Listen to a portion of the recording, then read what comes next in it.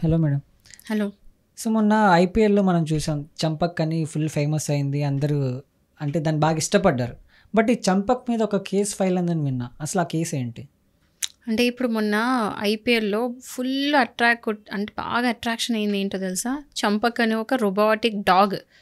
అంటే మీరు ఆ ఫోటో చూస్తే తెలుస్తది ఏందంటే రోబోట్ ఇప్పుడు మామూలుగా డాగ్స్ షేప్‌లో ఉండే ఒక రోబోట్.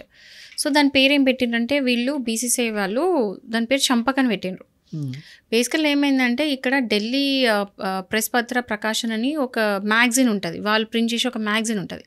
ఆ మ్యాగజైన్‌లో వాళ్ళ డాగ్ అంటే కార్టూన్‌లో క్యారెక్టర్స్ ఉంటాయి తెలుసు కదా! సో అట్లా కార్టూన్‌లో ఒక క్యారెక్టర్ ఒక డాగ్ పేరేందంటే 'చంపక్.' సో వీళ్ళు ఏమని కేస్ ఏసిండ్రంటే బీసీసీఐ వాళ్ళ మీద ఢిల్లీ హైకోర్ట్‌లో ఇది 'చంపక్' అంటే మా పెట్ డాగ్. మా కార్టూన్‌లో ఒక కార్టూన్ నేమ్ అది. మీరు ట్రేడ్ మార్క్ ఇన్ఫ్రింజ్ చేసిండ్రు. అంటే మా ట్రేడ్ మార్క్ మీరు కొట్టేసి మీరు మీ రోబోటిక్ డాగ్‌కి ఈ పేరు పెట్టడము ట్రేడ్ మార్క్ ఇన్ఫ్రింజ్‌మెంట్ అయింది. ఇది ఒక కేస్ అని చెప్పేసి వీళ్ళు ఈ ఢిల్లీ ప్రెస్ పత్ర ప్రకాశన్ వాళ్ళు బీసీసీఐ మీద కేసు పెట్టిండ్రు. సో అక్కడ ఏమైతుందంటే చాలా ఫేమస్ అయిపోయింది. చాలా అంటే చాలా అట్రాక్షన్ వచ్చేసింది దానికి. అంటే క్యూట్‌గా ఉంటుంది. ఎందుకంటే మామూలు డాగ్సే క్యూట్ ఉంటాయి. అట్లాంటిది ఒక రోబోటిక్ డాగ్ అంటే ఖచ్చితంగా అట్రాక్షన్. అక్కడ ఉన్నదంతా అందరి కళ్ళు దాని మీదకే పోయినాయి అనుకోండి. సో దానివల్ల ఫేమస్ అయిన తర్వాత మీరు మాది కొట్టేసి మీరు పెట్టిండ్రు. మా ట్రేడ్ మార్క్ మీరు కొట్టేసిండ్రు కాబట్టి మీ మీద కేసు పెడుతున్నాం. మీరు ఇంత కంపెన్సేషన్ కట్టాలని చెప్పేసి కేసు వేశారు. సో ఆ కేసు అనేది ఇంకా ఢిల్లీ హైకోర్టులో నడుస్తుంది.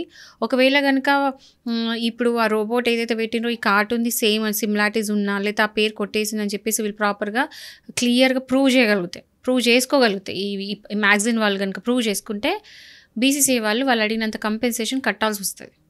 ఇప్పుడు ఎంత అడిగితే అంత కట్టాల్సి వస్తుందా? కంపెన్సేషన్ ఎంత అంటే వీళ్ళు డ్యామేజెస్కి వేస్తారు. ఇప్పుడు మాది ట్రేడ్ మార్క్ ఇన్ఫ్రింజ్మెంట్ అయింది కాబట్టి వీళ్ళు వేస్తారు. బట్ అడిగినంత ఇవ్వాలని లేదు. అక్కడ కోర్టు నిర్ధారిస్తుంది ఎంత ఇవ్వాలని చెప్పేసి. సో దానివల్ల బేసికల్లీ ఏం చూస్తారంటే ఇది జరిగిన దానివల్ల వీళ్ళు ఎంత నష్టపోయినరు, ఈ మ్యాగజైన్ వాళ్ళు ఎంత నష్టపోయినరు, నష్టం అనేది కనిపిస్తే ఖచ్చితంగా కంపెన్సేషన్ కోర్టు అనేది ఇప్పేస్తుంది వీళ్ళతో. సో బీసీసీఐ మీద ఒక కేసు అయినట్టు అది కూడా ఒక రోబోటిక్ డాగ్ కోసం. ఇప్పుడు ఒక ప్రోడక్ట్ ఉంది. ఇప్పుడు ఆ రోబోటిక్ డాగ్ లాగే కోల్గేట్, క్లోజప్ ఇలాంటివి ఉంటాయి.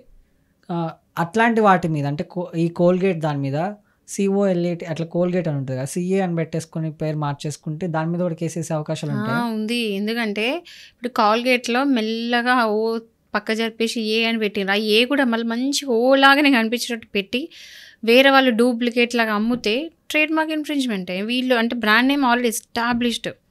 కాల్గేట్ అంటే ఇక మొత్తం ఒక ఇండియా కాదు వరల్డ్ వైడ్లో కాల్గేట్ ఫేమస్. సో అలాంటి ఫేమస్ బ్రాండ్ పేరు తీసుకొని వీళ్ళు జస్ట్ దగ్గర వేసేసి అమ్ముకుంటున్నారంటే వాళ్ళ బ్రాండ్ నేమ్ కొట్టేసినట్టేగా. సో ట్రేడ్ మార్క్ అనేది ఇన్ఫ్రింజ్మెంట్ అవుతుంది. సో అక్కడ కూడా ట్రేడ్ మార్క్ కేసు వేసుకోవచ్చు. ట్రేడ్ మార్క్ కేసెస్ అంటేనే ఇవి. ఎట్లా అంటే ఎవరిదైనా బ్రాండ్ నేమ్ ఏదైనా ఉంటే కనుక so trade mark, copy rights, patent rights ఇట్లా ఉంటాయన్నమాట. ఇవన్నీ కూడా ఏదైనా ఇన్ఫ్రింజ్ అయితే ఎవరైనా సరే కేసు వేసుకోవచ్చు. బేసిక్గా ఇంకో కంపెనీస్ మీద అట్లా వేస్తూ ఉంటారు ఇట్లాంటి బ్రాండ్ నేమ్స్ యూజ్ చేసుకున్నందుకు. సో ఇక్కడ కూడా అంతే కదా, బ్రాండ్ నేమ్ యూజ్ చేసుకున్నారు. చంపక్ అనే క్యారెక్టర్ని వీళ్ళు యూజ్ చేసుకున్నారని చెప్పేసి వీళ్ళు వెళ్ళి వాళ్ళ మీద కేసు వేసినారు. Similar. Okay, thank you madam.